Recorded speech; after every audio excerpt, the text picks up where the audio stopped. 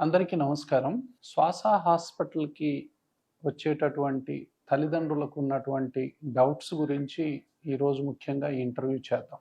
అంటే పిల్లల్ని హాస్పిటల్‌కి తీసుకుపోవాల్సినటువంటి సందర్భాలేంటి తల్లిదండ్రులకి? ఎక్కువ సార్లు ఏ కండిషన్ గురించి తల్లిదండ్రులు హాస్పిటల్ చుట్టూ తిరుగుతూ ఉంటారు? ఏ కండిషన్‌లో తల్లిదండ్రులకు ఏ హాస్పిటల్‌లో గూడా ఎక్కువ సందర్భాల్లో ట్రీట్మెంట్ అనేది వాళ్ళ సాటిస్ఫాక్షన్‌కు తగ్గట్టుగా లభించదు. అవి ఏ కండిషన్స్ అవి?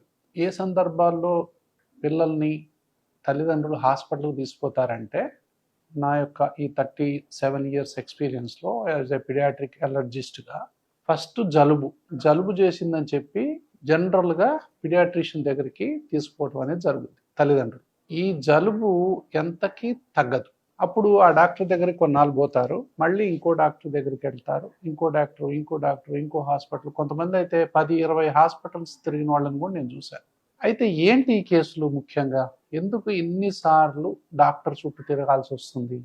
ఎందుకు ఈ జలుబు ఎంతకీ తగ్గట్లేదు? అసలు బేబీకి ఉన్నటువంటి ప్రాబ్లం ఏంటి? ఏం జలుబు ఇది? ఎప్పుడు చూసినా జలుబు ఏంటి? ఎప్పుడు చూసినా దగ్గేంటి? ఎప్పుడు చూసినా దగ్గి తెమడ పట్టడం ఏంటి? వాతావరణం మారితే జలుబు చేయటం ఏంటి? ప్లేస్ మారితే జలుబు చేయటం ఏంటి? ఏదైనా కొంచెం చిన్న ట్రిగ్గర్, ఒక ఫ్రూట్ తిన్నా, ఒక కూల్ డ్రింక్ తాగినా, ఒక ఐస్ క్రీమ్ తిన్నా, ఏదైనా ఒక ట్రిప్కి పోయినా ఎందుకు ఈ పిల్లలకు ఎక్కువ సార్లు జలుబు చేస్తుంది అనేది తల్లిదండ్రులకు అర్థం కాని ఒక పెద్ద ప్రశ్న.